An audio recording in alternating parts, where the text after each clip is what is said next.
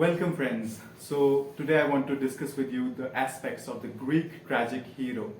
So, the Greek tragic hero, as described by Aristotle in his famed treatise called Poetics, should be of a particular kind and manner. So, what are the basic two features of the Greek tragic hero? First, so the Greek tragic hero should be somebody of high birth. High birth.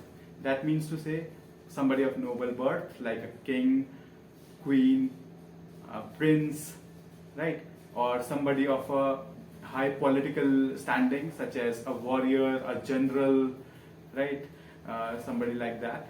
Or maybe a nobleman, a politician, somebody who commands great social standing, public reputation, right? So why did Aristotle want the Greek tragic hero to be like that? So Aristotle, if you remember, wanted out of the tragedy two major responses in the audience. So these are the two cathartic emotions of pity and fear. So how will you rouse pity and fear in the audience? So if you make the protagonist of your tragedy somebody of lower social standing, somebody of little to no reputation, for example, let's say a beggar or a craftsman who did not command a huge political standing in society, huge public reputation. So if you take those kind of protagonists, and when the tragedy will hit them, when they'll make a mistake and then they will experience a downfall, the downfall would not be huge, right? The reversal in fortune, which Aristotle terms as peripeteia, the reversal in fortune for a character. That means to say, somebody, for the protagonist, things were going really great, going very well. He enjoyed a lot of public fortune and public reputation, and then suddenly he makes a mistake, and then things go south for him. Suddenly he starts to lose his reputation. He makes some kind of terrible mistakes. He commits crime. So all those sorts of things happen, and ultimately he comes to a terrible fate and suffering, right? So if there is a person of low social standing like a beggar, and something bad happens to him, all right, people might feel a little bit of pity, but that will be it. People would not be afraid for him because he already has a low fortune. He already is miserable. He's not going to fall any further, right? He is already at rock bottom. But if a person of noble birth, of big political standing, a person with resources, that kind of a person who has a lot to lose, who has a lot to put to stake, that kind of a person loses out, makes some grave mistakes, and as a result suffers badly, and there is this peripeteia, there is this turning of his fortune, and he starts to experience great misery. Then the audience would relate. Then the audience will be afraid every moment that person is, getting deeper and deeper into making that mistake. The audience is afraid, right? And with the suffering of the protagonist, the audience will also feel a little bit of pity. And it is regarding pity that the second characteristic of the Greek tragic hero stands out. So what is the second main characteristic of the Greek tragic hero?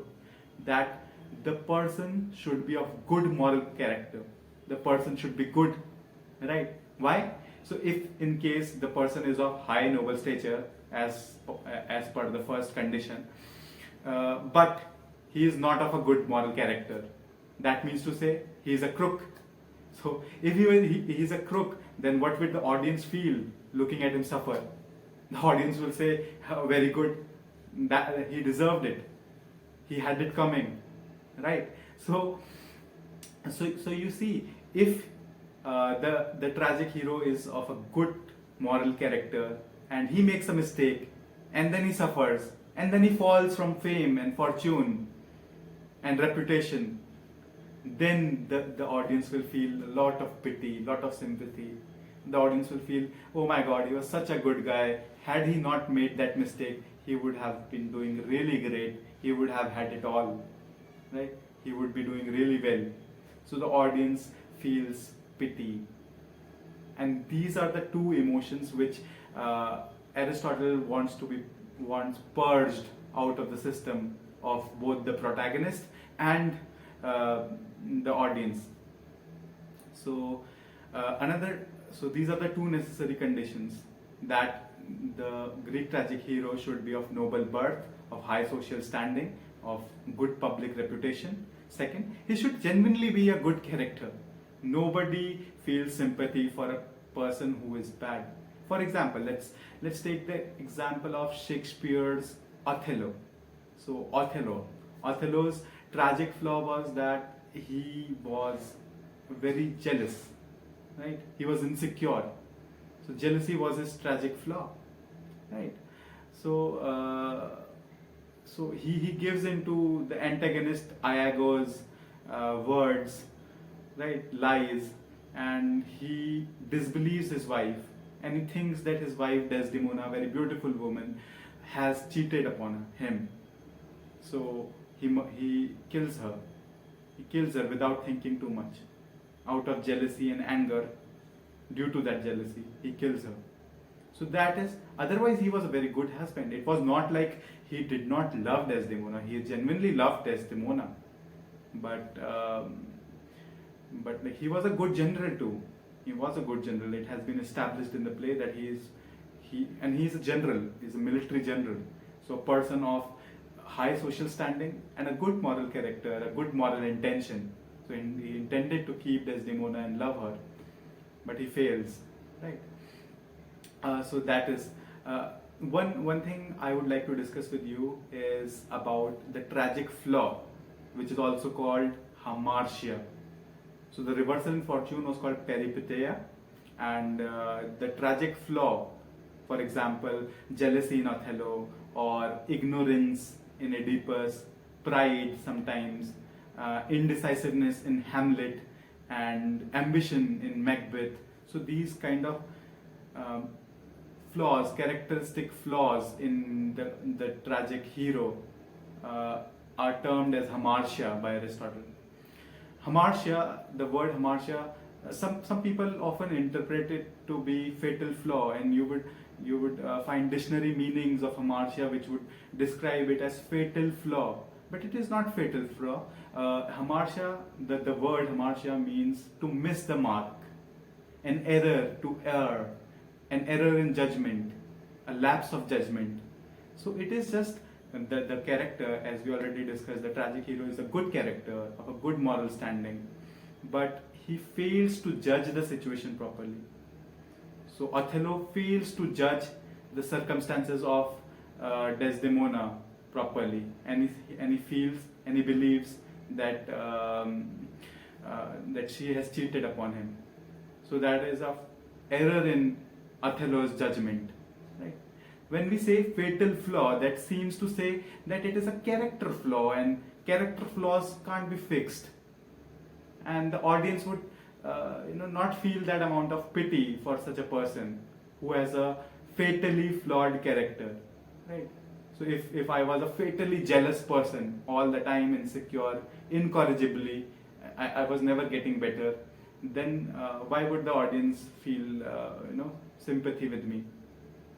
The audience will feel he was so jealous and he deserved it. But Attila wasn't like that. He just made a mistake. I know he might have those traits, that insecurity about him, but all the other features of his character seem to say that had he been taught by experience or by any other person in a healthy way, then that person could have improved, right? So that gives you hope as well.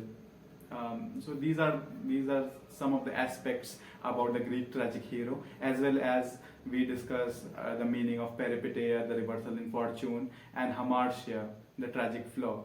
So the Hamartia of pride, excessive pride, sometimes Oedipus is said to have excessive pride, is also termed as hubris. So another Greek term, hubris is pride, too much pride. Like the character of Icarus had. Icarus, the character who wanted to fly to the sun with his wax wings, and when he flies too hard, he falls. The waxen wings, they melt and he falls. So with that pride and ambition, he falls. So that the hubris caused him to fall. That was his tragic flaw, right? So this is all about Greek tragic heroes, and keep signed in for more. Thank you so much.